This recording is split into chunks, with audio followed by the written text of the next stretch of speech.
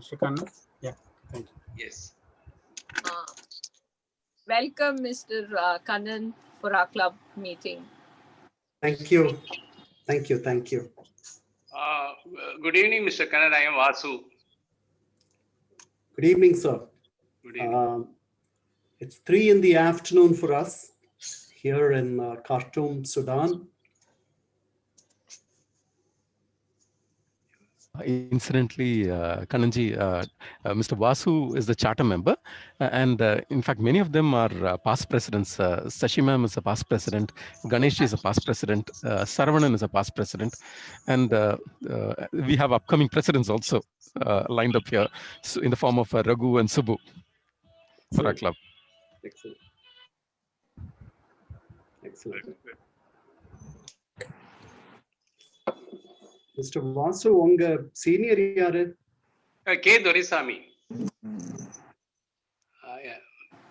அவர் வந்து மோகன் குமாரமங்கலத்துக்கிட்ட ஜூனியரா இருந்தது. You know Mohan Kumaramangam? இல்ல, I only know of him. I was probably about 10 years old when he passed away in the air. Okay. 1969, 31st May 1969, plane accident near when the flight was landing at Delhi, it crashed.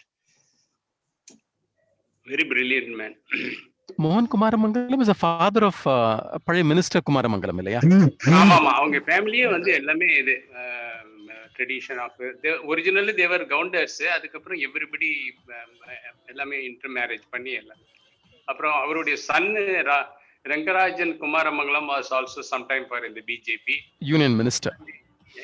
அவரும் கொஞ்சம் tender ஏஜ்லயே இறந்து போயிட்டாரு.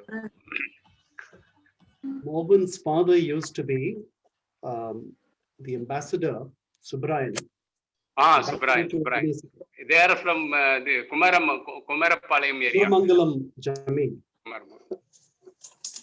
So we also have one of our family friends, very close family friends, Mr. Ramachandran. So we joined in this meeting. Ramachandran was ex-chairman and managing director of Andhra Bank, and he was executive director of Syndicate Bank, and also held various high-level portfolios in Indian Bank as well. So, welcome, Mr. Ramachandran uncle, for this meeting. Looks like his audio is not enabled.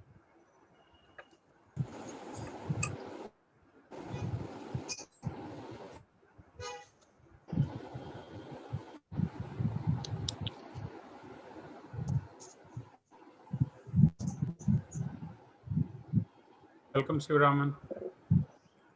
Hi, Subbu. Hi, Shiva. Hi. GS, this is the other Shivaraman.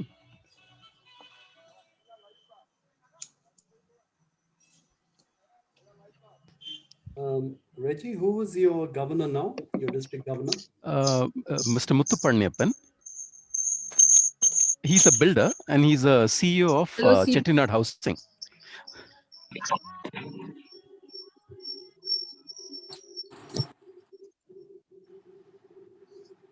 Welcome, Rajkumar. Hi, Subbu. Good evening. You're muted. Yeah. Hello. Hello, Sitama. How are you? நல்லா இருக்கேன் sir, நீங்க எப்படி இருக்கீங்க? நல்லா இருக்கு. Belated Pongal wishes, New Year wishes. My apologies, ladies and gentlemen, for my turnout. Happened to be in a different event altogether. It's good at least you're able to make it from that venue.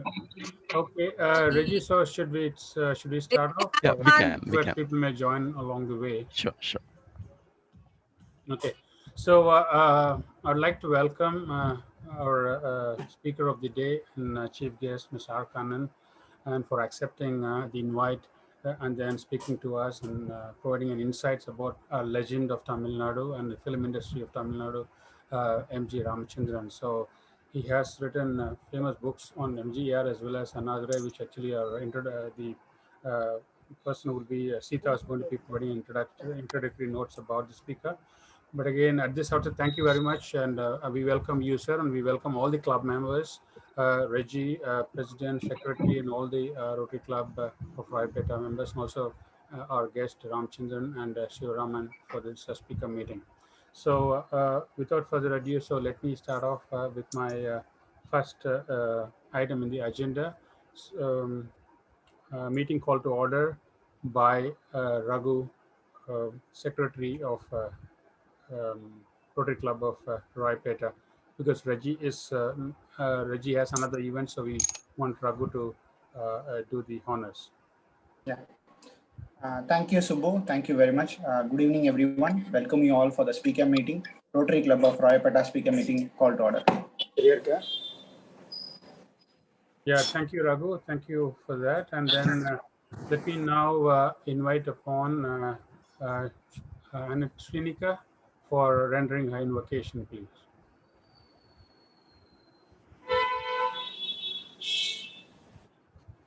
Atmaramana Achyuta Keshava Harinarayana Bhavavaya Vandita Charana Raghukula Bhushana Rajiva Lochana Adinarayana Ananda Shayana Achyuta Keshava Harinarayana Bhavavaya Harana Vandita Charana Raghukula Bhushana Rajiva Lochana Atmarama Ananda Ramana Ananda Ramana Ananda Ramana. Thank you. Yeah, thank you very much, Srinika. That was a lovely, lovely rendering of invocation. Thank you. Now let me invite upon Reggie Jones to give a welcome address. Thank you so much, Subbu. A warm welcome to all of you, especially Kannanji. On behalf of Rotary Club of Raipeta, board members, as well as all the members, we warmly welcome you for the speaker meeting, a long-awaited one, coinciding beautifully with the anniversary month of Dr. MGR.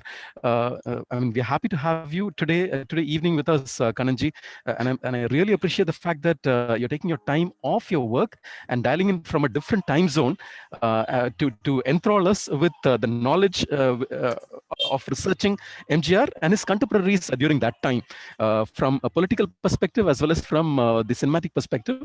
We are looking forward to hearing from you, and thank you so much for accepting the invite. Another thank you to Mrs. Sabita, who enabled this, and also to Subbu, who has been interacting with you closely to enable this event. Over to you. Thank you so much, Subbu, for the opportunity.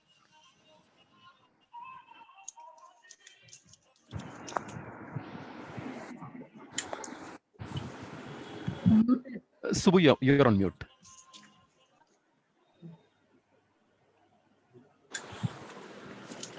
Reggie, so can you make me host? So in case if you leave, so it becomes easier for me to control.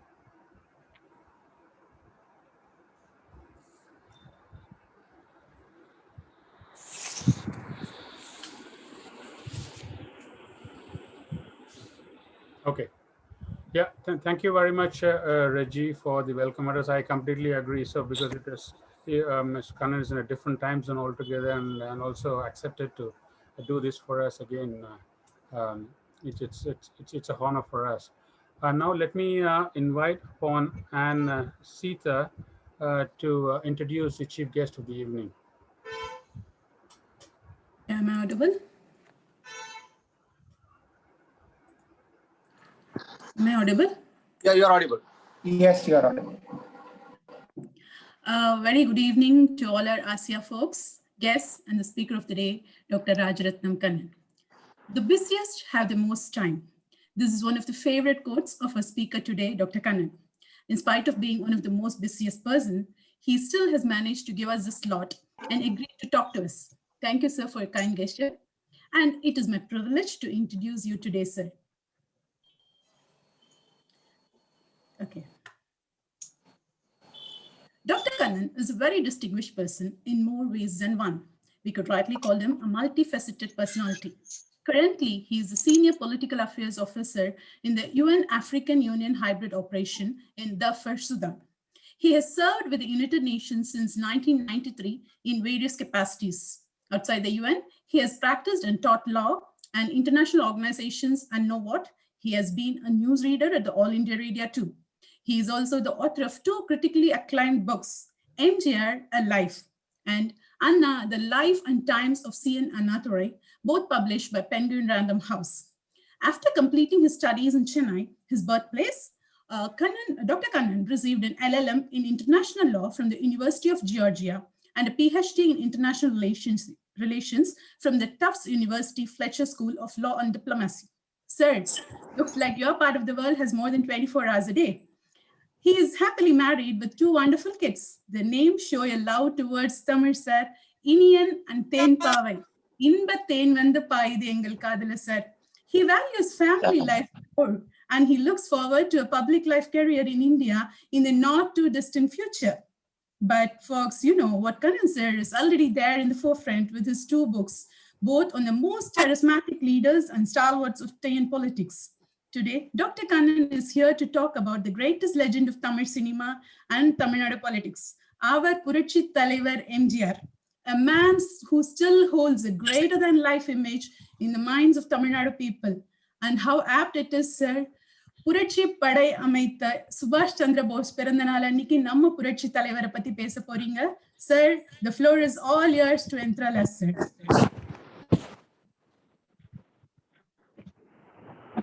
Thank you, Sita, for the wonderful introduction of the speaker. Sir, Ms. Kannan, sir, the floor is all yours. Thank you. Thank you very much. I'm the one who's flowed over by the introduction and by all the warmth that has emanated from the Rayapata Rotary Club. President Reggie, past presidents, Subbu, who has been in touch with me, I should have said future president, and ladies and gentlemen, I also saw with the invocation song a sixth generation child as well in this meeting, and it gives me immense pleasure to be with you. It's a pity that this can't be done in person. I thought I would speak to MGR. This is going to be very informal, and we'll open up when you're ready. We will open up the session for questions and answers. Usually, the question answer session is the most interesting one. Instead of me, lecturing and offering a monologue for about 40-50 minutes. So when you're tired, we can stop this and we can go to a question answer mode. But I wanted to start off without further ado about MGR. Before that, I wanted to refer to Netaji and the connection that Netaji has with Tamil Nadu. The Indian National Army that Netaji put together, most of its cadres came from Ramnad and Tanjavur. The backbone of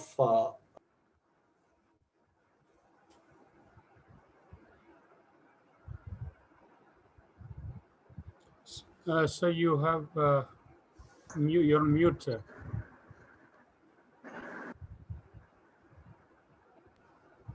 Okay, I don't know where we became mute, but I just wanted to say that the backbone of Netaji's armed forces were provided from Ramnad and Tanjavur districts. The Mukulators formed the backbone of his armed forces. I think Captain Lakshmi came from there. And that is why you have a forward block. His party's base They win a couple of seats in those areas in most of these elections. It is not clear to me if Netaji had ever been there, but I think his granddaughter who lives in Germany has visited. Going back to MGR, at the outset, why do we talk about MGR 33 years after he is no more? It is simply because no other actor has is a legend in the sense that MGR was. In 1984, when he took ill, hundreds committed suicide, more than 200 according to the party. It might have not even registered in our minds that so many people died.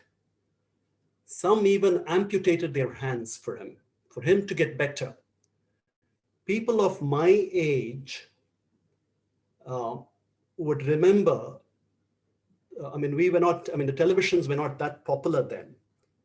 And radio was still a very relevant medium. And then there was only one radio, the All India radio.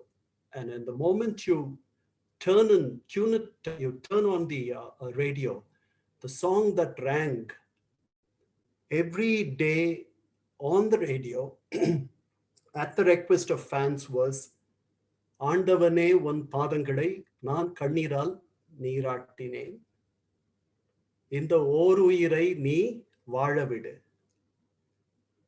Song rang, and then Janaki MGR told Wali later, after MGR came back well, he returned all right. She said it was this song that gave her husband back. We don't know if that is true, but prayers do have a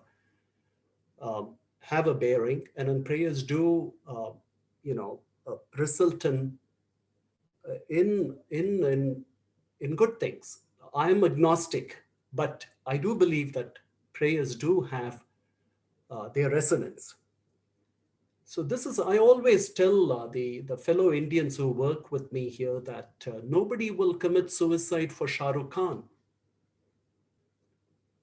I mean, he is probably about 50, 200 times as big as MGR could ever be.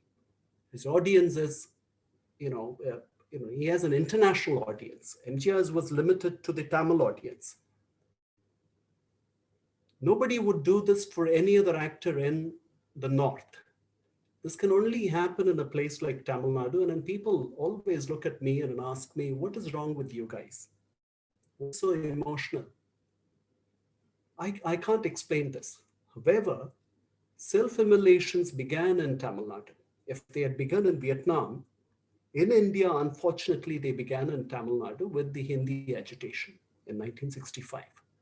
And after that, these things happened for leaders like Jayalalitha, for MGR, for Kalaignar Karunanidhi, and so on.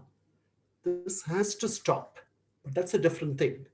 What I wanted to say was more than 200 people killed themselves because they couldn't bear the thought that this man whom they had seen as a dashing hero on stage, who could fight 20 different people and still win, who never lost on stage or even in real life. They could not bear that. I mean, I remember I was in India then. I remember how Apollo, in fact, became extremely famous because of this man being admitted there. So, and people had given up on him. People thought that he would die. Sivaji Ganesan records that he had called R.K. Dhawan to tell Indira Gandhi that she must come down because she may not see him alive anymore.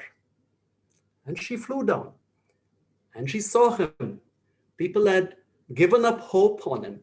And she finally, she was the one who finally helped arrange for a special flight that went with about 34 medical personnel, I think, to New York. And the man was there. And the DMK in 1984 during the campaign said the man was not alive.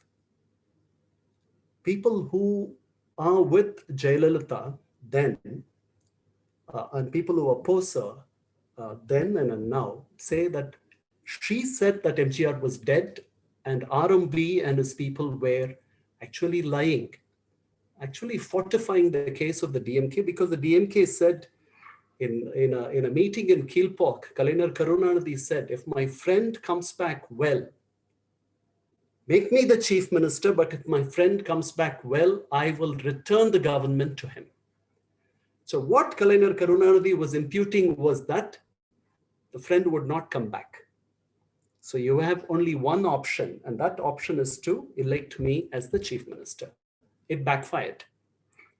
So what happened was with Indira Gandhi's death, as Kalaignar Karunanidhi put it very eloquently later, சாவுக்கு ஒரு vote, நோவுக்கு ஒரு vote, DMK-க்கு வேட்டு. So MGR returned. This was a man who, if he had continued, as we saw in 1986, just before he passed away in 1987 on the 24th of December, the DMK did very well in the local body elections. Out of some 90 plus local bodies, the DMK had won close to 70. So we don't know if MGR had lived, if he would have, continued this streak of success would have continued with him. We are not very sure.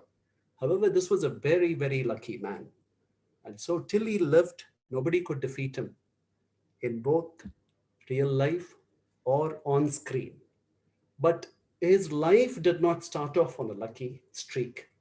He was born into a family which had left Kerala. His father reportedly was expelled from Kerala, or things were difficult for him. He was a small-time judge, a local judge. Things went wrong. So he takes off with his wife, Satyabama, and they move to Kandy in Sri Lanka. That is where MGR is born. I think his father was probably a principal of a local school. Mostly in the plantation Tamils must have gone to that school, and he was a principal. Although we don't know much about his father. MGR hasn't spoken about his father anywhere. We know very little about his father. What we know is hearsay. What we know is second hand, third hand, fourth hand. MGR's life is surrounded by mystery. Even the fact that on record he's born on the 17th of January, we don't know if that is true. We think that is true. There is no record to show that he was born on the 17th of January, 1917. After MGR split from the DMK, Karunanidhi in 1976, I think, to India Today, most famously said, he says he was born in 1917. There are people who think that he was born 5 years earlier. So there was so much bile in Kalaignar Karunanidhi that this man who was with him and who had together, emerged as a formidable foe, when there was no more space for these two major giants in the DMK being a very small party. Till then, he was his best friend. He was his muse at this and that. And this was the man who had actually given them in this movie Engal Tangam a life, because they were really broken. They were really broke, and it was MGR who gave them, he acted free of cost in that film. He did not charge them. Also, Jayalalitha acted free. So, and it is on record, they're on record thanking MGR. But going back, so 2.5 years after MGR was born, the father passes away. So after he dies, Chakrabarni, who was 7 years older to MGR, and MGR had a sister, but she had also passed away. So all this happens after MGR's birth, and Satyabama calls him Mudigalan, meaning Yemen. After he was born, his father passes away, sister passes away. So the family is reduced to penury. They come back. I think they went to Kerala. Things were not very good there. So they moved to Kumbakonam, where a maternal uncle of MGR is. And they live a very modest life. Things are very, very difficult. It's difficult to make both ends meet. At one point, Satyabama tells MGR, she sees this very lean frame because she's unable to feed him properly. And the child is she can see the bones, and then she tells him, "Nee ipdi irukkiradha vida settu poidalame." So at one point, they had to borrow some rice from the next door so that they could eat once in a few days. And MGR, when he commissioned the nutritious noon meal program in 1982, mentions this incident. So it was utter penury and poverty that Satyabama brought up her children in. But she was a very formidable woman. She was an extremely courageous woman, and she never gave up. When he was 7, he was taken away from a school. He had just completed 3rd grade. And from then, because one of the maternal uncles was in a drama troupe, MGR is taken along with his brother there. His brother is 7 years older. At the age of 7, this child who had just completed 3rd grade goes to a drama troupe. This is the better looking of the 2 children. MGR goes through hell. He's beaten up as a child to be taught how to dance, how to sing to meter, how to dance to meter, how to utter dialogues. It's not very easy. This is like a 7th grade child in a regular school with a very difficult teacher, not just one teacher, many teachers. He braves all that and frequently breaks down and tells his elder brother, shall we go back? He is separated from his mother. He doesn't see his mother. His brother is 14 years old, not very, very old, much older than he is. So this is how MGR's life begins with the drama troupe. And slowly he makes a mark. Along with him, those who act along with him, his contemporaries are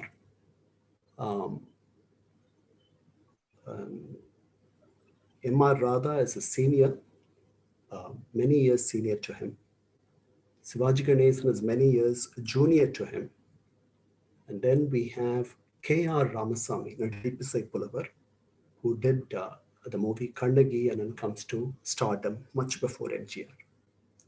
M.R. Radha also comes much later, becomes a major star on his own account. So these were contemporaries. MGR stays with them from 7. It was after 10 years that he gets a lucky break. During these years, and even afterwards, if you need to be a hero, you need to sing. So MKT Bhagavata was the crowning, was the king of Tamil cinema. P.U. Chinnappa was the next in line for him, in the sense like Rajini and Kamal today, or earlier MGR and Sivaji Ganesan. Then you had MKT Bhagavathar and you had P.U. Chinnappa. So you had to sing. MGR could not sing. But thankfully for him, playback singing was already being introduced. So he gets lucky here. And this first movie happens to be a movie called Sati Leelavati, a title that Kamal Hassan used much later for one of his films with Kovai Sarala, you might recall. So Sati Leelavati, he gets a very small role as a police sub-inspector or an inspector. And then he fights to get a lead role in films, but never makes it. It takes about 13 films before he can become a hero. And many years. So 1935-36, he enters cinema with Sati Leelavati and does a number of other films that you and I would not even know. He does a film called Ashok Kumar with MKT Bhagavathar in the lead. He does a film called, there are many films, even I forget what those films are. Abhimanyu is another film, I think. Many other films which are of no consequence. Nobody remembers them. And he gets to act as the lead in a film called Chaya. You would have never heard of this movie because the movie after the movie was made, to 2/3 of the movie was made, MGR, the movie is aborted, the movie project is aborted, and Jaswant Lal, the Hindi film director who was directing this film, quits. MGR doesn't understand what had happened because he didn't seek this lead role. The lead role was, he was asked to do the lead role, and he was delighted, but now he doesn't know why he the film was aborted, and he thinks that this is the end of it. He had never recovered from it. He never recovered from it until the very end. In fact, these experiences made him a very difficult actor later. People didn't want to do films with MGR because they always felt that they were never sure whether MGR's films will be completed on time, whether MGR will be cooperative, whether he will help them, whether he will finish them. Chandrababu is a classic example where MGR finished off Chandrababu. Madi Vitti Ezhai was never, after the first 2 shots and then a couple of shootings, Madi Vitti Ezhai did not progress. MGR and Chandrababu were not the best of friends. It was a bad idea from the beginning for Chandrababu to have decided to make the film, to direct the film himself, and to ask MGR to be in the lead. And after it started off, and then they started off on a wrong foot, and the movie was never made. Chandrababu became a completely broke, became an alcoholic, complete alcoholic, and that was the end of Chandrababu's very fanciful career. Something similar happened with Netran Ranade with S.A. Asogan. Asogan was MGR's sort of left-hand man. Yet something went wrong in between them. The movie was not produced in time. Although it was in MGR's interest to finish this movie, he didn't cooperate. It came out, it was all right, but Asogan died a broken man. So the only man who did 16 films with MGR, and 15 of them were major successes, was Chinnappa Thevar. Thai Sollai Tattade, Thai Kithalai Mahan, Thirudade. All the films that Chinnappa Thevar made with him were grand successes.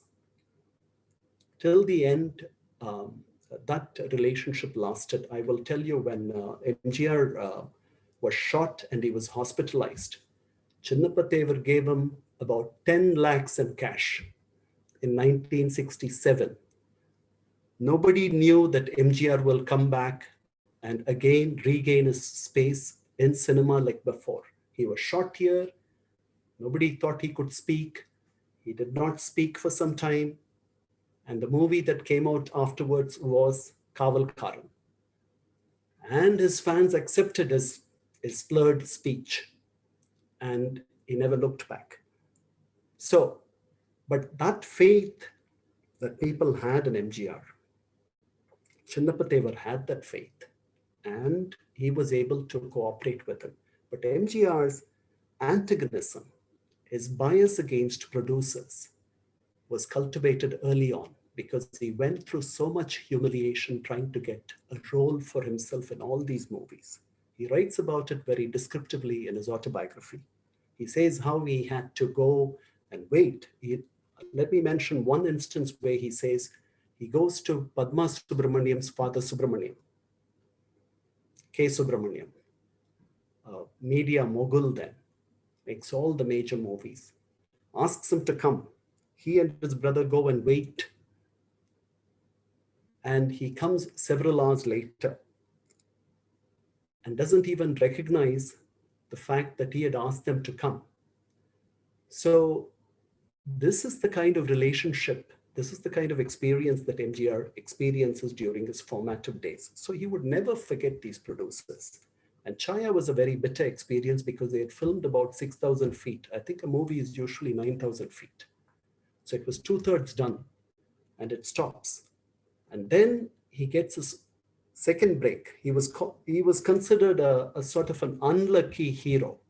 Anyone who makes the film with MGR, the film will not be completed on time. And as a producer, you're throwing in so much money. You want somebody, because in the film business, there's a lot of sentiment. All the gods will have to come together to help you. So even you will find even non-Hindu producers going through the formalities as puja and all that. So his first film is Rajakumari. But before we go to his first film, which is very important in many respects, especially because that is where he meets with Kalainar Karunanidhi for the first time. So, but before then, that is around 1946 or 45, 46. But before then, I need to take you back to his drama innings, where this is the time when he meets with N.S. Krishnan. He meets with D.V. Narayanaswamy.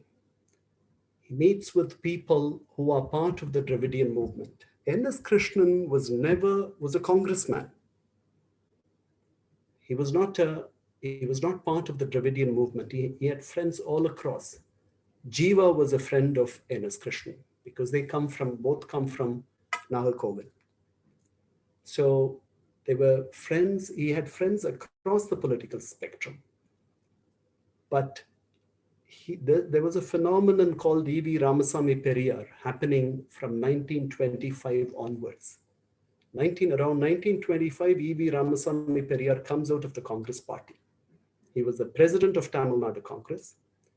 Earlier, he was the secretary of Tamil Nadu Congress. But 6 times he tries to introduce a motion in the Congress party to recognize communal representation or reservations in simpler words. In today's words, reservation. The Congress party does not agree to it. So he leaves the Congress party, terming it as an upper caste infested, dominated party where the non-Brahmins have no role. So he comes out and starts a self-respect movement. 1925, this happens. In 1925, when this happens, MGR is merely about 7, 8 years old. When he turns 17, 18, he comes into contact with N.S. Krishnan for his first movie, Sati Lilavati, where N.S. Krishnan also has a role. Krishnan tells him, NSK tells him, read Kudiyarasu. MGR had never heard of Kudiyarasu. Kudiyarasu is the weekly that Periyar edits. It sells about 13,000 copies then. We're talking about 1935. It goes to Malaysia, Singapore, wherever Tamils are. So there was this man who had dropped out of school from the 4th grade. This was E.V. Ramasamy Periyar, writing editorials and running Tamil, writing as he speaks and making an impact. And that impact and that influence now has reached the stage. You have fans or followers like N.S. Krishnan who are changing the script that was present before. They are changing the narrative. This Dravidian thought of equality, social justice, all this is being introduced. So MGR is exposed to the Dravidian movement for the first time by N.S. Krishnan. He starts reading Kudiyarasu. He says he doesn't understand anything for the first few days. Krishnan tells him, read Kudiyarasu and read other magazines that argue against Kudiyarasu. That is how you will reach your own judgment and you can evaluate. Krishnan has a huge influence on MGR. He had been a sort of a godfather for the brothers. And he had preached the value of abstinence. Although Krishnan himself became an alcoholic and lost his life too. Most of these people, alcohol seems to be a very major element in their lives. K.R. Ramasamy was otherwise a very, very, very talented man who could sing and act so beautifully. And he was called Nadipisai Pulavar. So he is aware of the Dravidian movement, but he's not drawn towards it like his brother. His brother has better sense. He has friends all across. N.S. Krishnan is a friend of his, also because of his age. D.B. Narayanasamy, all these people become his friends. MGR is not drawn to the movement as yet. He just sees it from a distance. And then, but he comes to know of another man called Annadurai. He had gone to see this play called Chandrodayam. In 1944, 1942, 43, Anna comes up with this play, his first play called Chandrodayam. It's a brilliant play. And later, his other play, Oraravu, which Kalki Krishnamurti sees and says, we have an Ibsen, we have a Bernard Shaw amongst ourselves. And that man is Annadurai. So MGR sees this play Chandrodayam, knows about Annadurai, but is not drawn to the DMK or the DK or any of this case yet. Of course, because he happens to be in theatre, D.V. Narayanaswamy becomes his friend. D.V. Narayanaswamy is part of the TK's troops, TK's brothers, TK Shanmukham, TK Bhagavati, etc. So he's part of the troop. They've all been affected by E.V. Ramasamy Periyar's propaganda. So during the plays off stage, Kudiyarasu will be read by D.V. Narayanaswamy because not many could read or write. Narayanaswamy could, and everybody would listen to it. The TK's brothers did not like all this. They threw him out. And he sought refuge with Annadurai, who was then called Thalapathy Anna, and who was part of E.V. Ramasamy Periyar's bandwagon. So Narayanaswamy is the first actor to ever join the Dravidian movement, in a sense. And later, DVN is incidentally the brother-in-law of S.S. Rajendran, SSR. So what happens is, Chandrodayam, he had seen Chandrodayam. D.V. Narayanaswamy approaches MGR and says, we have a play. The play is called Sivaji Kanda Endu Rajyam. And the play is scripted by Annadurai. We are going to stage it at the DK conference. Will you play the lead role of Shivaji? MGR agrees. So until a week ago, MGR is ready.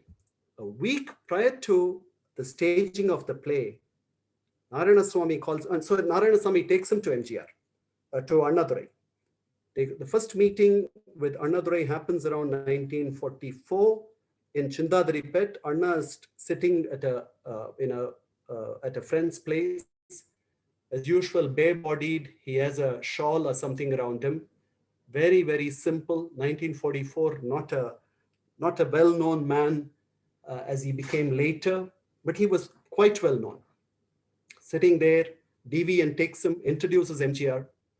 Anna later remarks, when I first saw him, I thought he was an Aryan, translation, Brahmin, because MGR is so light-skinned.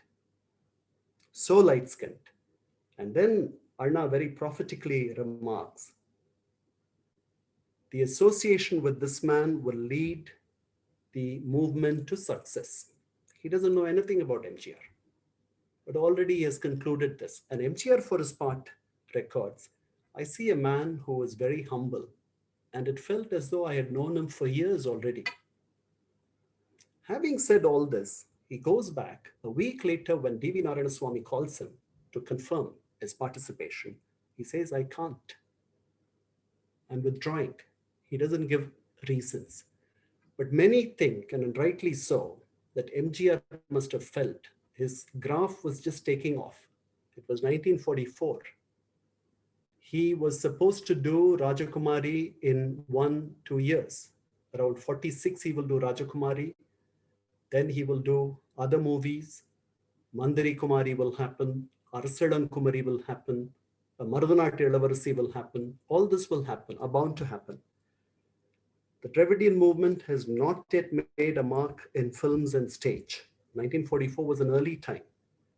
Still, you saw Harikatha and Sivakavi and things like that making an impact. Still, M.K.T. Bhagavathar and Chinnappa were the crown prince and the king of Tamil cinema. There was no place for MGR yet. But the man was so astute, he realized that if he were to prematurely associate himself with the Dravidian movement, his career might be in jeopardy. Because the Dravidian movement was not a mainstream movement. It was a movement that was, if I was a DK man, society shunned me. If I was wearing a black shirt, that was the end of me. So it's best not to be associated with these fringe elements. E.V. Ramasamy Periyar's Kudiyarasu could have sold 13,000 copies a week. But Periyar was not a mainstream man. So to be associated with him was committing harakiri. And MGR is an extremely clever man, although he was only a third grade dropout. So he pulls out. At that point, N.S. Krishnan and M.K.T. Bhagavathar are all in jail,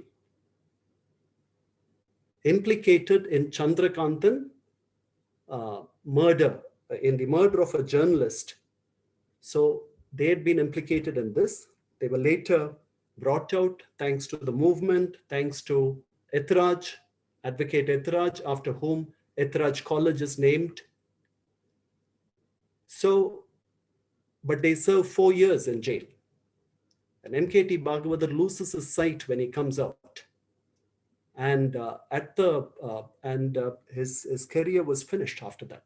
N.S. Krishnan lived longer, made a comeback, but he also died afterwards. So the drama troupe that N.S. Krishnan had was broken. K.R. Ramasamy was part of the drama troupe, and Sahasranamam was the other one who was part of that troupe. S.V. Sahasranamam and K.R. Ramasamy had a difference of opinion. So K.R. Ramasamy took as many people as he can and went to Kanchipuram to seek refuge in Anna's humble abode. One of the men who went with K.R. Ramasamy was called Viluppuram Chennaya Ganesan, V.C. Ganesan. He was a young boy, a lad. And DVN told Anna that MGR had backed off. Anna said, so how do we manage the situation? Who could do this again for us? So as Sivaji Ganesan records, Anna looked around. There was somebody else had mentioned him, Ganesan, to Anna. Anna looked around. Enakuthan kazhugu madri mooku. Anna enna paatha udane nee nadi Ganesan sonnar. So Ganesan becomes the Maratha king Shivaji. So Anna gives him a 90-page script, Shivaji Kanda Hindu Rajyam script, and says, I'll go to my place and I'll come back in the evening and you will recite it for me. So they come after 7 hours. Shivaji Ganesan asks them to sit. Anna and Puttanna, Anna's school friend, they're all seated. Shivaji Ganesan starts performing. He's about 19 or so, I think.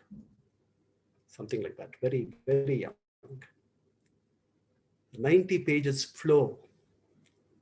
Not a moment of hesitation.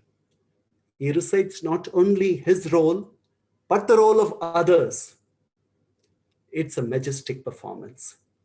Anna just hugs him. Tears roll out. And he tells him, you're the real Shivaji. So the title Shivaji was first given to Ganesan by Anna, not by Periyar. That happens later in the public forum. So that is how Shivaji comes into prominence. And this was in 1945. The play is finally staged a year later.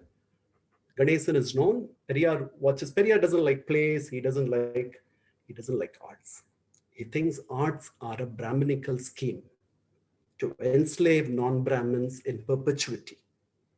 So he had referred to cinemas and plays and all this as bordellos or brothel houses.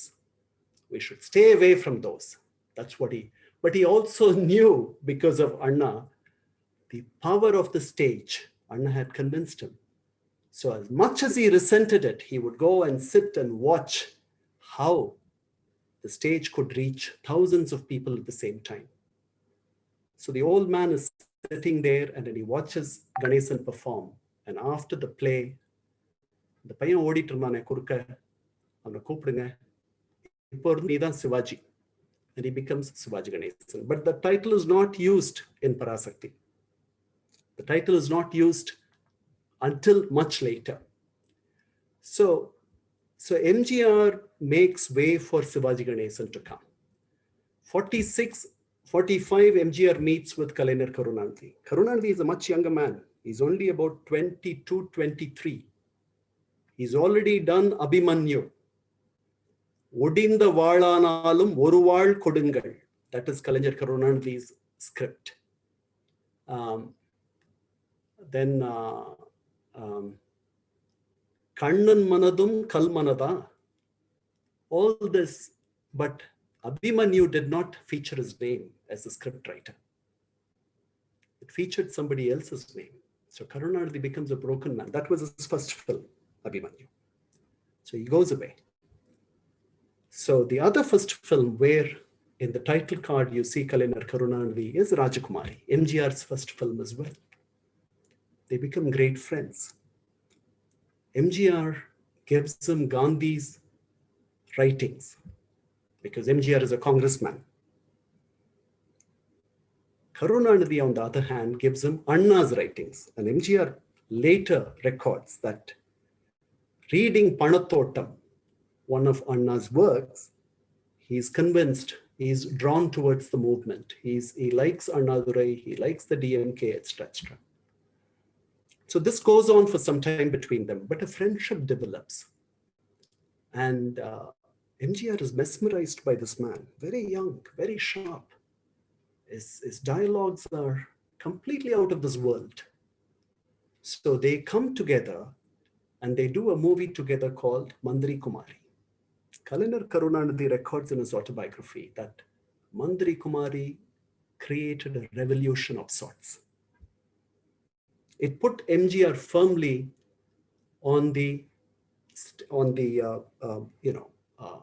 silver screen as a promising actor. Even now, his place is not very, very sure. But thanks to Karunanidhi, MGR is gaining recognition. 1950, this happens.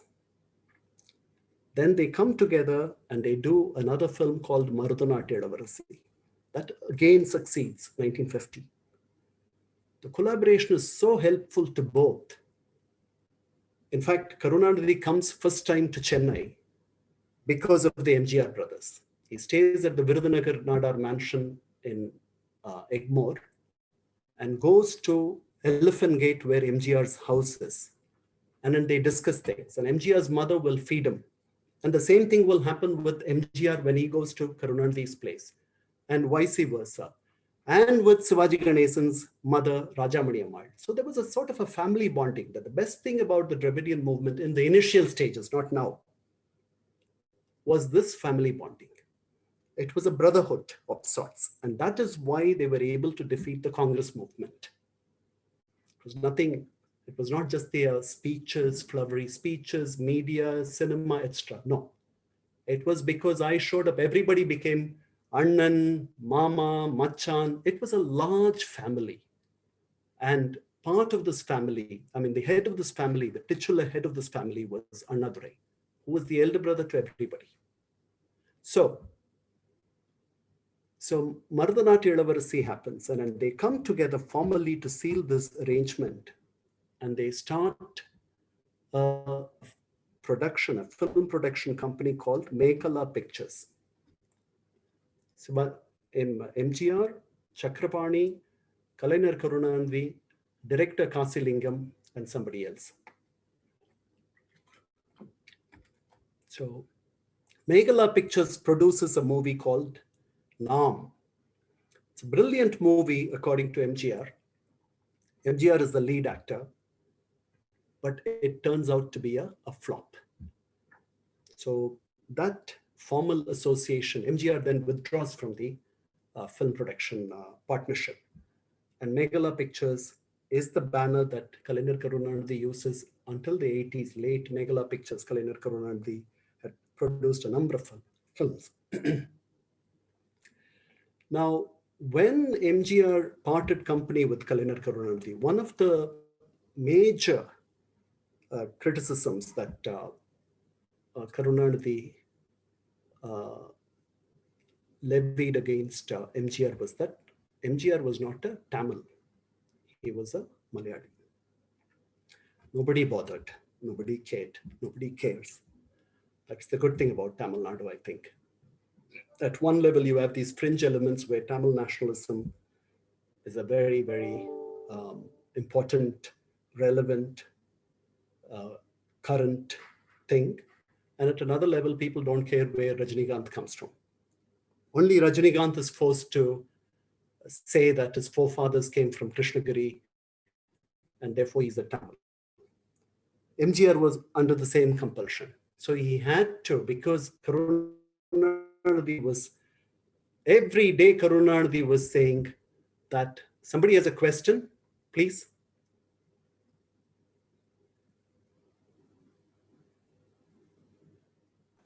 Suresh, unmute yourself and you can ask a question.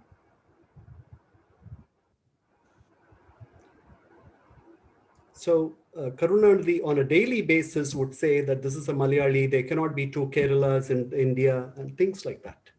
Completely petty. And MGR, therefore, greatly pushed by Kalaignar Karunanidhi, had to come up with something. And he said his forefathers are from the Congo region. They're all called Mandradias. And therefore, he's a Gounder by birth. And it is only because of some reason that they had gone over to Kerala for livelihood opportunities, and then they've come back. But all this was unnecessary because MGR was a demigod, if not God himself. And he didn't have to explain anything to anybody. And nobody really cared whether he was a Malayali or a Tamil, because I don't think there could be a better Tamil than MGR, honestly. I'll tell you an incident that happened in 1953. MGR makes a movie called Genova. That movie is produced also in Malayalam. It's produced by a Malayalam producer. So, and the contract says that if they were to dub the film in any other language other than Tamil and Malayalam, they would have to get the concurrence of MGR. So one day, MGR walks in and he sees a Malayalam actor dubbing for him for the Malayalam version. He gets very upset and he calls the producer and threatens legal action against him. The producer laughs it off and says, "We're doing this for your good because your Malayalam sounds Tamil. Therefore, this cannot be a Malayalam picture. We have brought a real Malayali to do the dubbing." But what about the contract? Well, the contract is very clear. The contract says, if I have to dub this and anything else other than Malayalam or Tamil, then I would come and ask for your concurrence. We're doing the dubbing in Malayalam. I don't need your concurrence. MGR was stupefied. After this incident, he was extremely careful. The contracts were very well drawn out. But even then, there were moments when MGR got himself into trouble. Thaikku Thalaimagan, I think, is the movie, 1956. He does this with Chinnapathevar. And the movie is done with financial help from Nagireddy. They later, Chinnapathevar and Nagireddy later dubbed the film in Telugu. MGR comes to know of this He's very upset. He sends a legal notice to the producers saying that he will take legal action.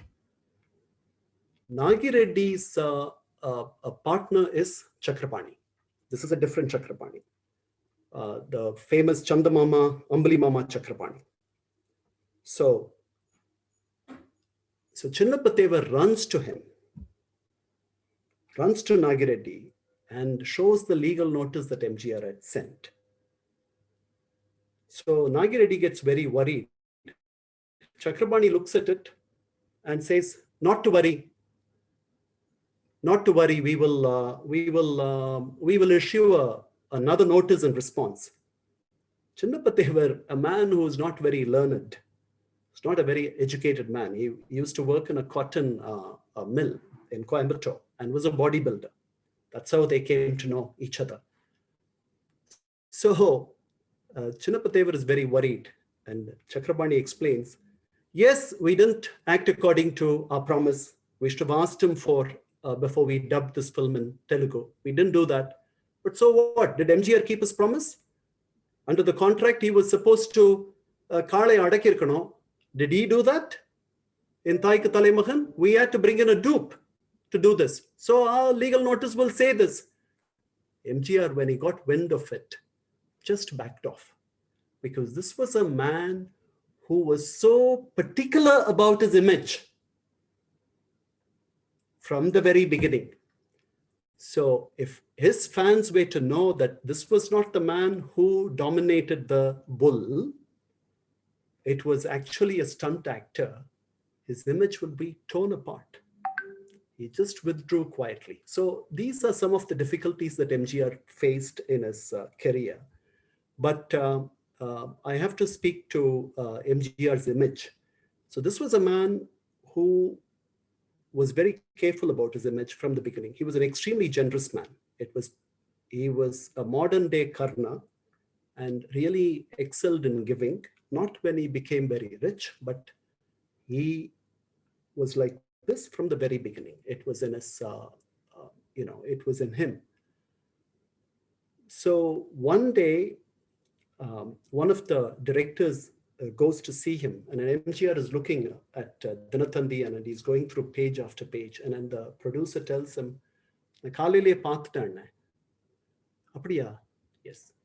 So 8th page la irukku, and there's a small item that says, MGR 5000 ரூபாய் நான் கொடை.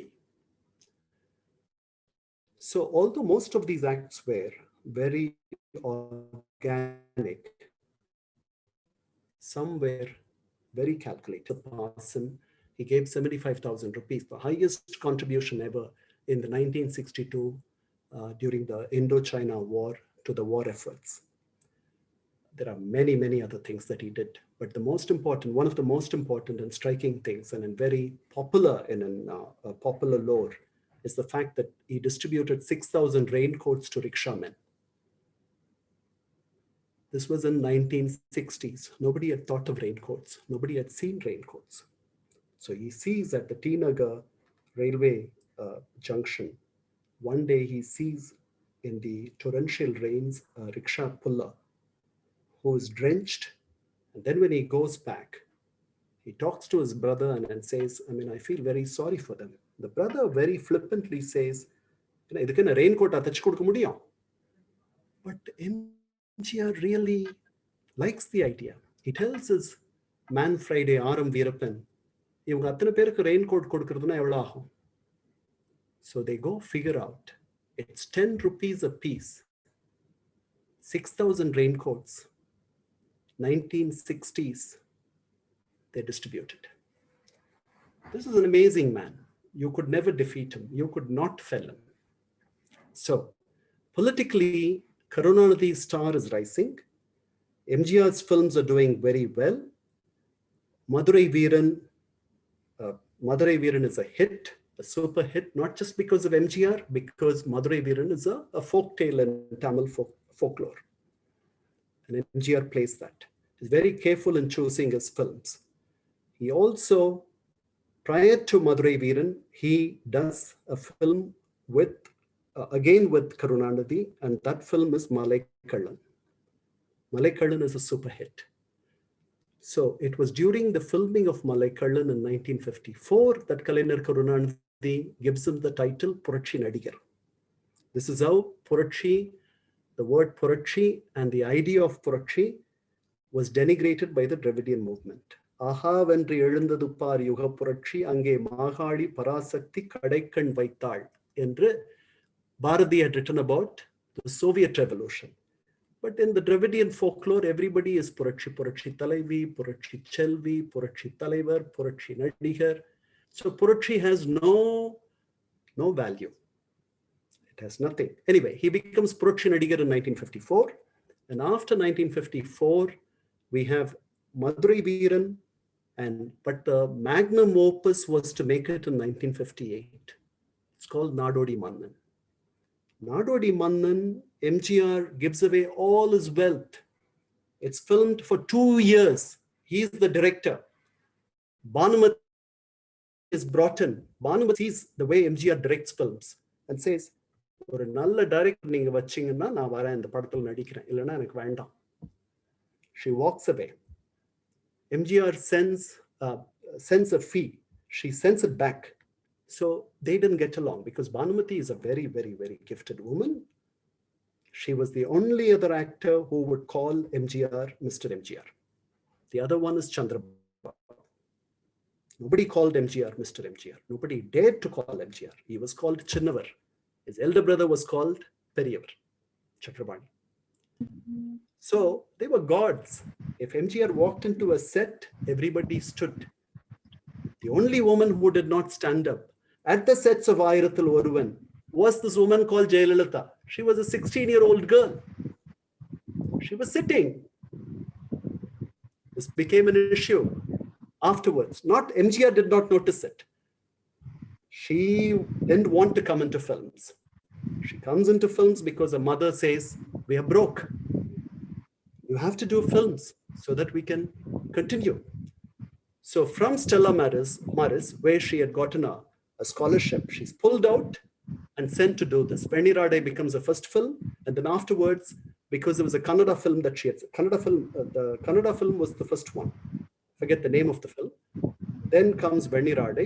Everybody is called Venirade Nirmala, Venirade Mukti, and all that. Thankfully, Venirade did not stick as an adjective to Jayalalitha. Then she comes to Ayirathil Oruvan. MGR doesn't really take notice of her initially. But then afterwards, some of the busybodies tell MGR, look at this girl. She's sitting there reading a book.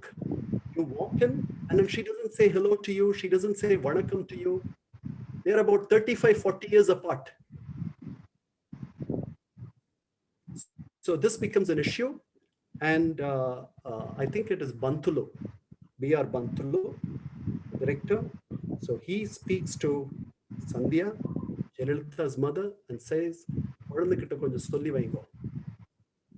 So when Kolanda is being told, Kolanda refuses to go to the next day's shooting. All this is happening at Pow's Garden. So Sandhya tries her best to bring this girl out and then send her to the shooting spot. She refuses. Bantulu has to come. And then Jayalalitha finally is persuaded to go. That's how their relationship begins.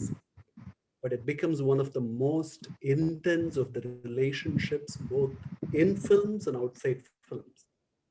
And that was MGR's major undoing at one level. We will come to that in a little while, but I know that I've taken a lot of time, so we should have a couple of sessions, I think, or perhaps 3 sessions to speak about MGR. But maybe we can do a follow-on at another point. But let me go back to Nadodi Mannan was produced over a period of 2 years. MGR was not committed to any of the films. All his properties were mortgaged. He had borrowed money.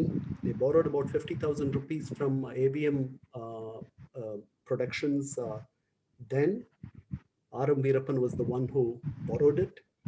And the movie had taken all his monies and his time. That MGR said, if the movie is a success, Vodinal Mannan, Voda Vittal Nadodi. So Vagabond King, which was, of course, modeled after the English film, The Man with Two Masks, was a huge success. It was such a success that MGR was gifted a 1.75 kilogram sword in Madurai. Lakhs had assembled. He was taken on a procession in Madurai. And here in Madras, at the SIAA grounds, there was another fete at which Anna called him Enude Idayakani. That is where the word Idayakani just happened. Anna was very, very creative with words. Sometimes you think that some of these words are, but they all, I don't know if Idayakani has any relevance to any of, I've not seen any references to Idayakani in Tamil literature. But if you look at the word Kanimuri is in Tevaram. It's not something that Kalinar Karunanidhi came up with. It was already there 1,000 years ago. You just have to read. And then you will find that these things are already there. Most of the Tamil poets who write for cinema are people who read these things, unlike you and me, and see how they can simplify it. That's it. Vinnai naan paarkumbodhu mannai nee paarkindraye, mannai naan paarkumbodhu ennai nee paarkindraye is Thirukural. So coming back, Nadodi Mannan places MGR firmly in the saddle.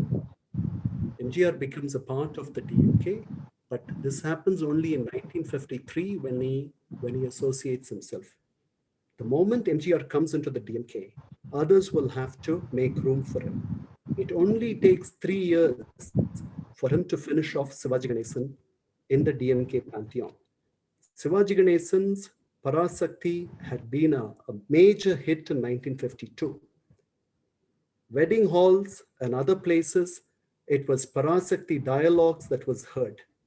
Like after Annakiri, when we heard in marriage halls, Machana Patingala song. So Sivaji Ganesan was the fame and success that Sivaji Ganesan had in 1952 was unparalleled. MGR had not reached that height. 1953, both are in the party. Sivaji Ganesan from 1949 onwards. K.R. Ramasamy before then. K.R. Ramasamy is a huge a celebrity. MGR comes in. Within 3 years, Sivaji Ganesan goes out of the party because the prominence that MGR gets, the crowds that MGR draws, becomes so difficult for Sivaji Ganesan to cope with. And the party gives so much prominence to MGR that Sivaji Ganesan refuses to attend a particular function where all the actors are being felicitated. He's sulking at home and saying that somebody who came after me, எனக்கு பின்னாடி வந்த அண்ணனுக்கு எவ்வளவு பெரிய இடம் தராங்க. Beam Singh comes, director Beam Singh comes to him. Beam Singh is the man who made 5 different films with him, starting with the title, all titled, beginning with the letter P, Bhaga Privanai, Palum Padamum, Parthal Pasithirum, etc. So Beam Singh comes and says, I'm going to Tirupati. I will take you with me. So Sivaji Ganesan goes with him to Tirupati and comes back. Okay. And throughout Tamil Nadu, there are posters that say, Tirupati Govinda, Tirumbi Par. Tirupati Ganesa Govinda. That was the end of Ganesan. So MGR, the man didn't do anything. But Sivaji Ganesan is completely finished. So then DMK, the only star in the DMK is despite SSR. SSR is also a man who was introduced by Parasakti. SSR is a brilliant actor, brilliant performer, brilliant delivery. MGR cannot match these people in delivery. There is something in this man, the charisma that exudes from this man, from every pore of his skin, that none of these actors could match. He just has to show up. Sivaji Ganesan once said, I give my life an act. And Annan just comes and waves his hand. Pudiya Vanam, and that's it. His fans just jump out of the window for him. How can I beat this? So that was MGR. And that can never happen with any other actor, even with Rajinikanth. It cannot happen. I mean, that sort of mesmerism, that sort of, captivity. This is a man who took the Dravidian movement's strength from 30 plus percentage, 35, 40 percentage to almost 55 percentage after he broke the DMK. I'll come to that in a moment. So MGR is very firm. The DMK is making strides. 1957 is when they contest. They get 15 seats. Then they contest in 1962. MGR canvasses both in 57. He didn't do much campaigning. 62, he campaigns for Anna. He campaigns for everybody. Anna loses. In fact, Rajaji also campaigns for Anna in 1962. He loses his second wife also. MGR is married thrice. His first wife died pretty young, within a couple of years because of tuberculosis. Then he marries again. That wife is called Sadanandavati, and she stays with him until about 1962 when she dies. But she becomes a bit of an invalid because she had tuberculosis and they didn't have a regular conjugal life. This is when, during Mardhanattu Ilavarasi in 1950, Janagi comes in. Janagi was already married to somebody else, a man called Ganapati Bhatt. So that marriage has to be annulled. There was a child out of that wedlock. She comes and joins MGR. And then while he lives with Sadanandavati, Janagi also stays with him in the next street or something like that. And then they reconcile. And then they live. And then Janagi after 1962 is the only consort until 1965 when Jayalalitha enters and becomes MGR's muse and news. So just there is a question here from one of the audiences. It's like, so was MGR was MGR an obstacle for Jayalalitha to act with any other heroes? Was he the one who propelled her to success? Yes, MGR was an extremely possessive man.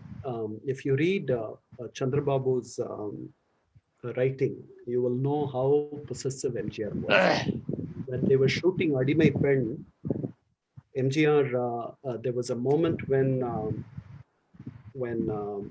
he had to lift. Chandrababu gave a hand for Jayalalitha to climb over a wall. The whole day MGR did not talk to her. So this was in 1967, 65, something like that. So this was a very, very possessive man, a man who was extremely fond of this girl, who thought that this was, he had never seen anybody like this, a girl who was brilliant, who was so indifferent to his aura. MGR was God. For this woman, he was nothing. And that fascinated him, I think. So he doted on her. He became the father figure. He became the mother. He became her male partner, etc., after her mother's death. So there is, in all likelihood, that we don't have anything from either of them about this. But MGR was a possessive man, so he, I'm sure, did not like her doing this with anybody else. So when she finally did become a pair with Sivaji Ganesan and Sumati and Sundari, Sivaji Ganesan asked Wali to write a song that went like this. Vanda idam, idu nalla idam, varavendum maharasi.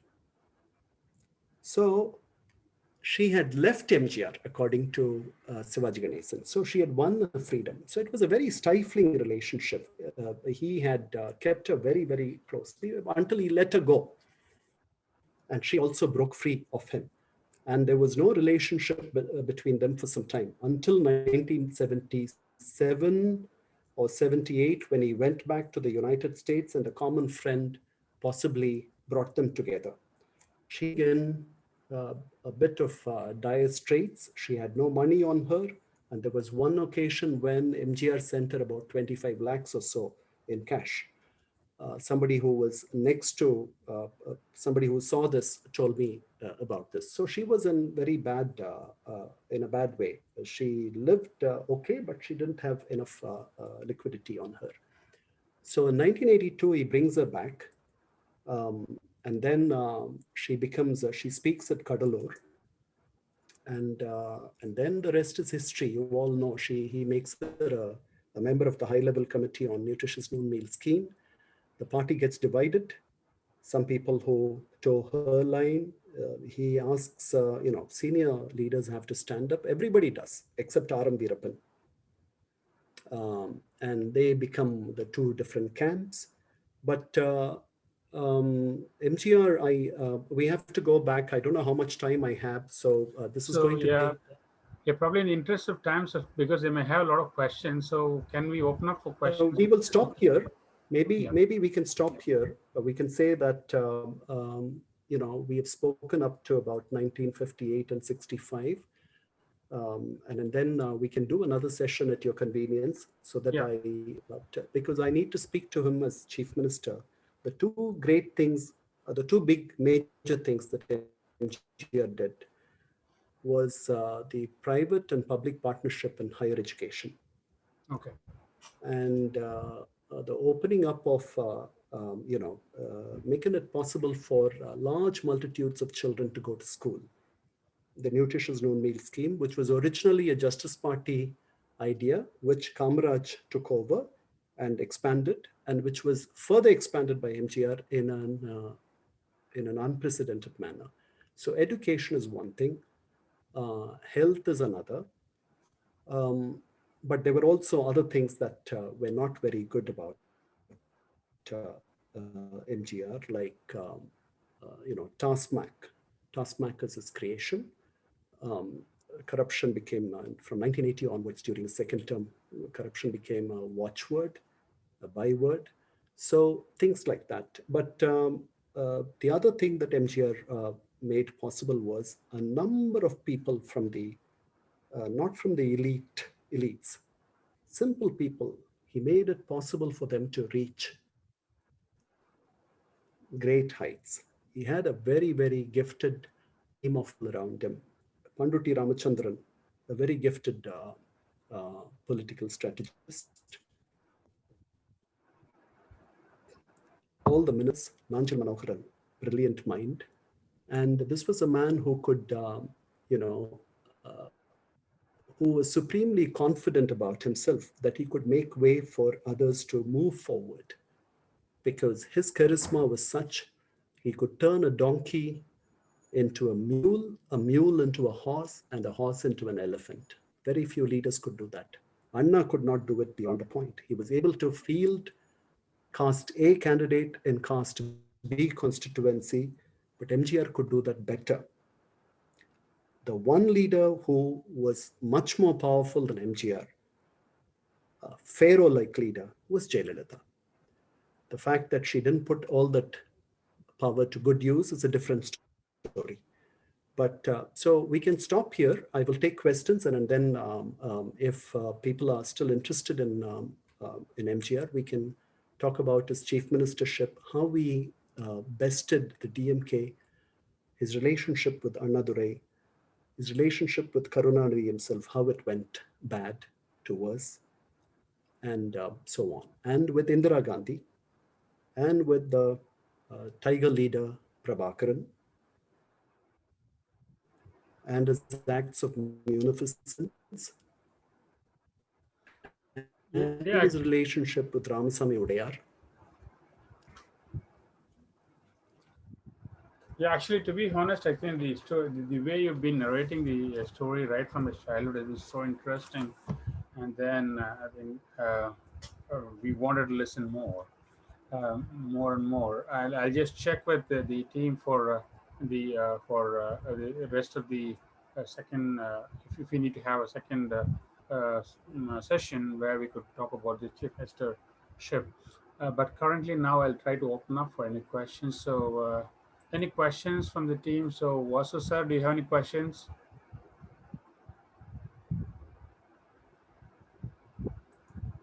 Because you are the avid fan of MGR. Actually, I'm not a fan. Any questions from you, sir?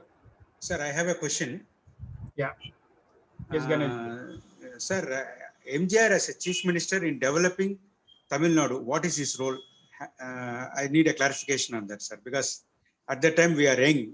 We don't know how his economic policies were, whether the state has developed under his leadership. Can you just enlighten us? His focus was rural economics, MGR, and he is in a great way was the father of freebies.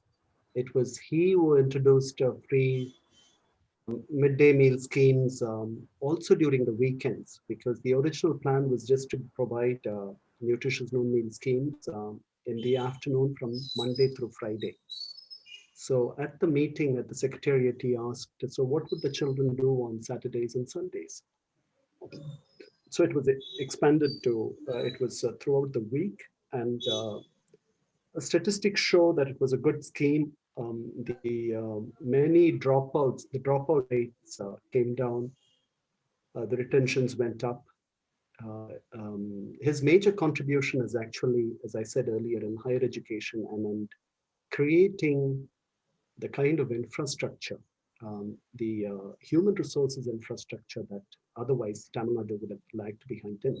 And this was not an original idea. He had actually seen this happen in Maharashtra and Karnataka, and when he saw people go to these private school colleges, engineering colleges and medical colleges, it was then that he came back with the idea to retain these children in the state. And when he offered land at throwaway prices for a song, nobody came. He spoke to what's his name, Pollachi Mahalingam. He spoke to the TVS group. He spoke to all these people who are considered moneyed. They were not interested. That is why today you see the SRMs, you see JPRs, you see VIT Viswanathans, you see what's his name, AC Shanmugam. You see all these people whom you had not heard of about 40 years ago. They were nobody. 100 acres given in Vellore to VIT Viswanathan for nothing. Jagat Rakshagan, nothing. So these people missed the bus. They didn't think that this will take off in such a grand manner. So this is a man, again and again, I wanted to emphasize that this is a man who had the benefit of only 3 grades of elementary school education. But he was open to ideas. The other thing that MGR wanted to introduce, and which has now been agreed upon by everyone, except the DMK, is an economic criteria in reservations. So, and this is also not really that original. Annadurai, whether you believe it or not, made education up to PUC open to everyone, including the forward communities. In fact, as Assembly Speak says, we're all called communalists, but I'm telling you today that this is open to everyone, both the Brahmins and the non-Brahmins. I'm not so sure if this has been a source of inspiration for MGR, but this was a man who was very realistic, and he saw that there were poor archakas who were, by the fortune or misfortune of their birth, were, under the affirmative action program, their children could not avail these benefits. So he introduced an economic criteria of 9,000 rupees a year in 1980, and that boomeranged. So the time was not right. Today, 10% of those reservations are nationwide. This government has made it possible. And except for the DMK, all the other parties have welcomed it. So, there were such things that this man did. And he was not for medical institutions. He dragged his feet on Apollo for a long time. He had to be convinced by K. Rajaram, saying that, we can't do this in the public sector. So we will have to give it to people who can do it. And this will be in the long run beneficial to the state. And he didn't realize that it would benefit him. If not for Apollo, probably he would have died 3 years ago. So Apollo happened.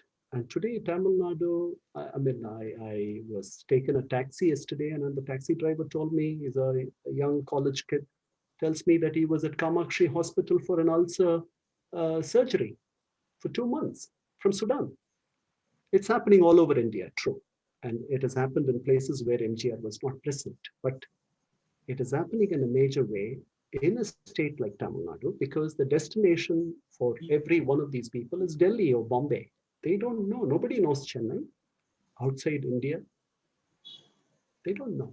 So today, Tamil Nadu happens to be a formidably major industrial state, because there were other moments, even in industrial, when you take industries, the Pugalur paper mill, not a single paisa was demanded from them.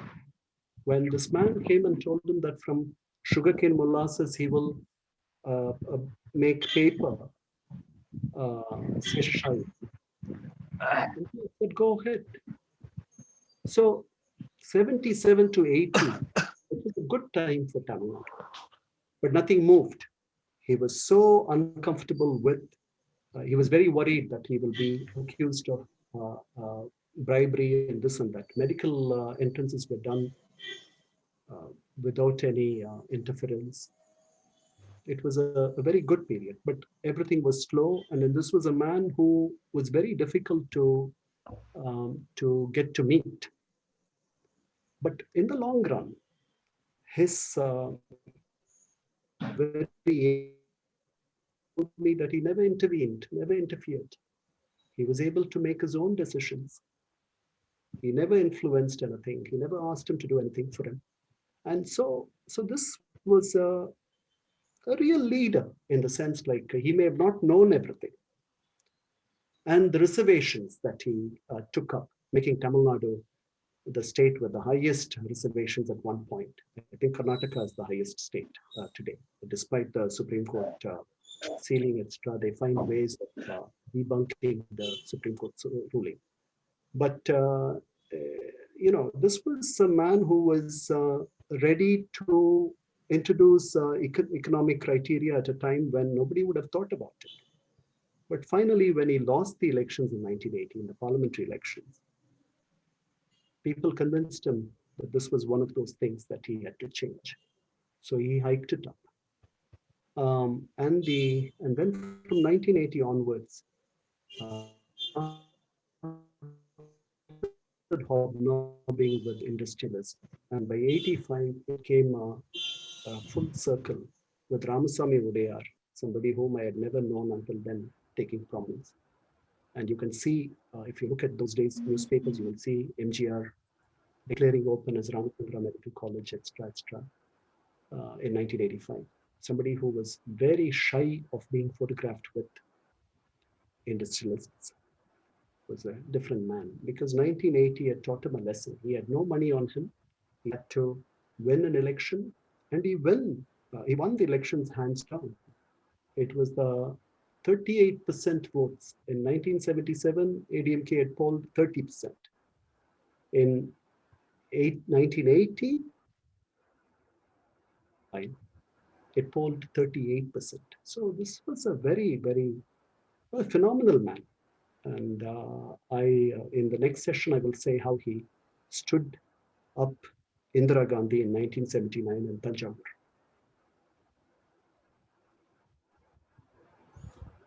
Yeah, thank you very much. Thank you, sir. Thank you. Any other questions of Thirmalai, sir? So, hello. Yeah. Yeah, well, So you have a question? I think great session. Yeah, I mean, I have heard fantastic these things about MGR and the yesteryears. Something was really new to me actually. What we heard now. Yeah. Thanks a lot. Yeah. Any No, questions? no, no, Anyone wants to? no questions as such. Yeah. But personally, I think it was a very good. Yes. Insights provided by. So in terms of how from a struggle all the way, and then how he Oh, came up, and also how he yeah. was able to control and influence people, and I think Yeah. probably I think we're not got into his political era yet, but before even that itself. So basically, there's so much of interesting stories about MGR, and both positive as well as in a negative side of it. So which probably many people may not even know. So most of us have only heard about all the positive sides of it. Yeah, it's totally Any enlightened today. Yeah, certainly. Yeah. Okay, so Vasu sir, you have a question? No, just I would like to add the Kannan and the question asked by the Ganesh. It's not directly on the economic conditions. Even in this period, that is very tight period, the moratorium was not introduced by the central government. The central government only said you can postpone the other things and etc. payment of this thing and interest and etc. But MGR has introduced 3 years moratorium in which period no interest need be paid by any private loan or any government loan insofar as Tamil Nadu was concerned. So he boldly introduced the 3 years moratorium, and during that period, even the interest was not postponed. Interest was waived by him even for a private loan. That was a bold thing. Another thing I would like to appreciate about Kannan will agree with me. He was the man who used to very simply move with the people, and you never used too many cars from your area, poor area, Nandambakam. You used only one pilot jeep only.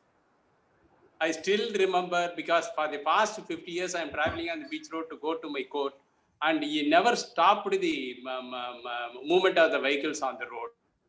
That was the great thing I was observing, because I will be going my scooter, and his car, ambassador car, number 4777 was his number, famous number, and it was not even allotted to any other person in the Tamil Nadu. 4777 was given specially allotted to MGR. Those things I would like to add to Dr. Kannan. Thank you. So yeah, your feedback. So do you have any insights to add to this, sir? To Mr. Dorsami, sir, what Vasu. Mr. Dorsami said? Vasu. Dorasamy Junior Vasu. Malur Dorasamy. Sure. No, that's true. He was a simple man. He was a very complicated man. He was not that simple, actually. He was simple with the masses. Everything was calculated about him. I said he was naturally a very generous individual. So he just was his expansive self wherever he was. Food was something very important to him, because he was deprived of a good childhood, and food was a big thing for him. So at his house, the kitchen, like in Vadalur, never stopped, was never put off. The fire was never put off. At every meal, some 60 people ate at his house, and from his earnings. This was a man who earned the most. Okay, so that is why it is very difficult to. You look at N.T. Ramarao. N.T. Ramarao creates history. MGR takes 5 years to come to power, not because MGR needed 5 years to come to power. It was just the circumstances were such that it took. In 1972, MGR comes out, but the DMK government is so stable. See, everybody underestimates MGR. Nobody comes out with him.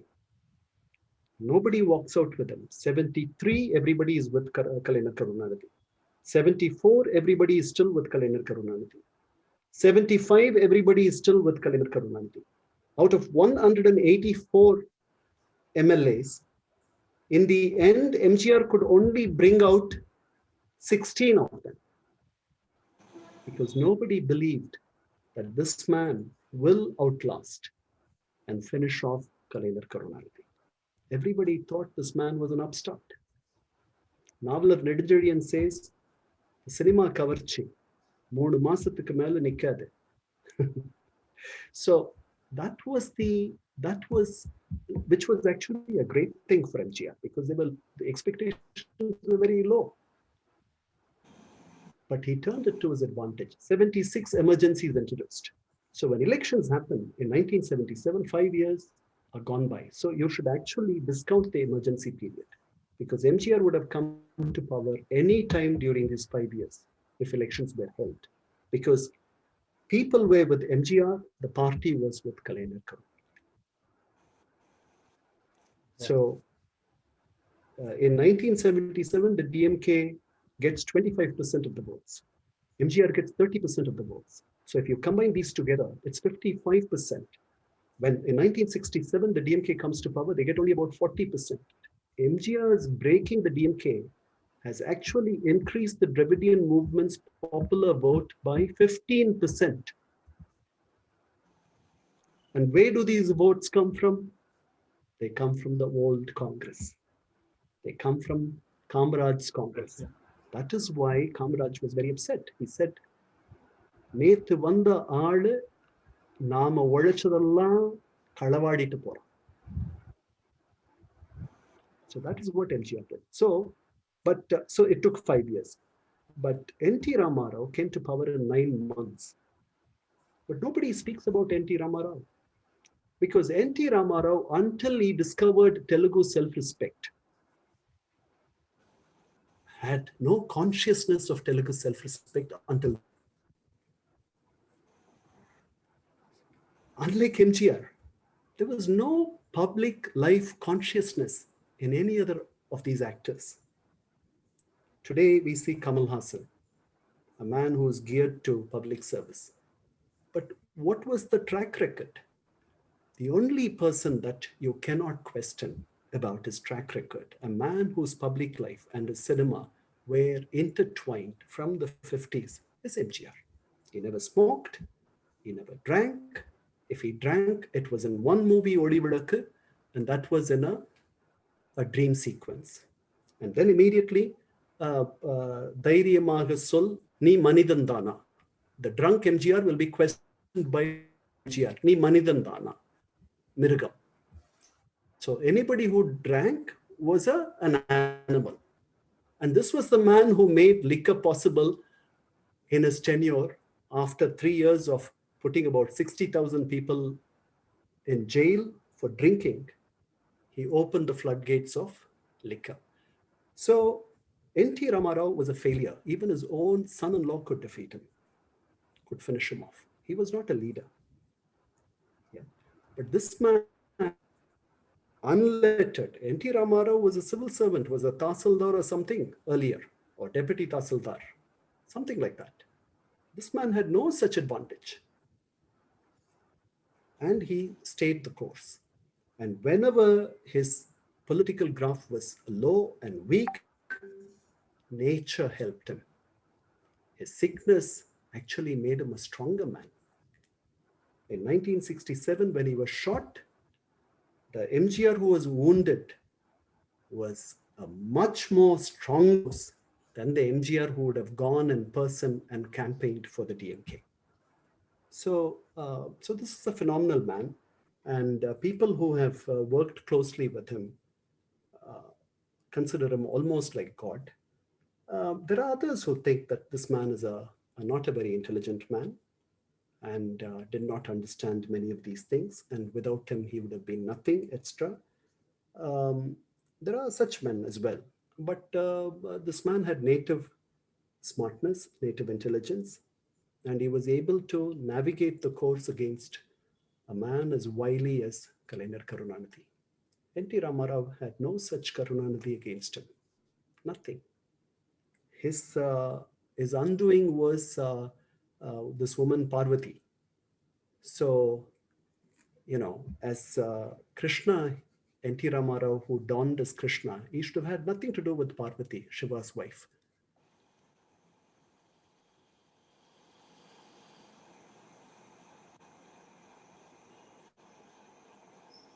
Any last questions before we move on? So it's very interesting. So actually, we won't keep moving on. So except that, okay, it's we have some time constraints as well. Otherwise, I think I would have enjoyed even for even 1 hour more as well. So any final question before we could move on?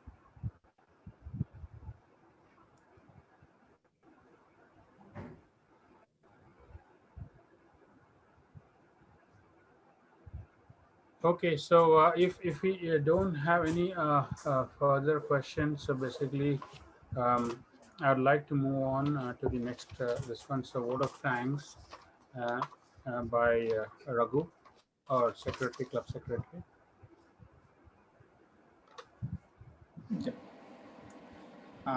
Thank you, Subbu, for organizing this event. I would like to start my word of thanks with the event organizer, which is Subbu, and definitely thanks to President, and thanks to the chief guest Kannan, Dr. Kannan. Definitely for me, 1984 born, I would have not known much about MGR. One thing my mom used to tell that MGR used to eat golden dust. That's why he's very bright and charmed. That's the only news I used to know because I was an 84 born. But you're completely taken from his birth to 1960. Definitely, the one good thing I would definitely say is we came to know both. It's good, and also the one thing should have not happened. That's a very unbiased details about MGR. Definitely, it's a lot of insights about MGR. Definitely, that's a great session. And thank you. And one thing I can notice that nothing is prepared. You are so extemporaneous. You keep on talking like I think you've been doing this for a long time. It comes out of your mind directly. That's great. Definitely, a lot of talent. Definitely, that's also inspiring. And thank you for that. And thanks to Anna Chinika, my own daughter, for the inspiring invocation song.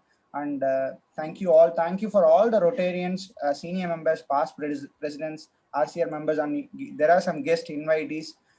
Thank you all for being patient for a long time. Definitely, it's a very good session. As Subbu mentioned, time constraint. That's why we could able to stop here. But definitely, if the club members are interested, we can do a part 2, which we can understand more as a MGR as a CM of Tamil Nadu after 1975 till his death. So great session. Thank you all. Thank you, Reggie, President, for arranging this session. Thank you, everyone.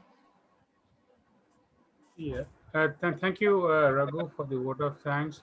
And again, I would echo what Raghu mentioned. So basically, I'll tell you, to be honest, actually, I never have taken notes, and then you could see that I have taken so much of notes for what you have spoken about MGR. So I think it was very interesting, right from his childhood, what you have spoken about him. So it is pretty good. So let's now go to the last phase of the meeting. So let's raise for national anthem.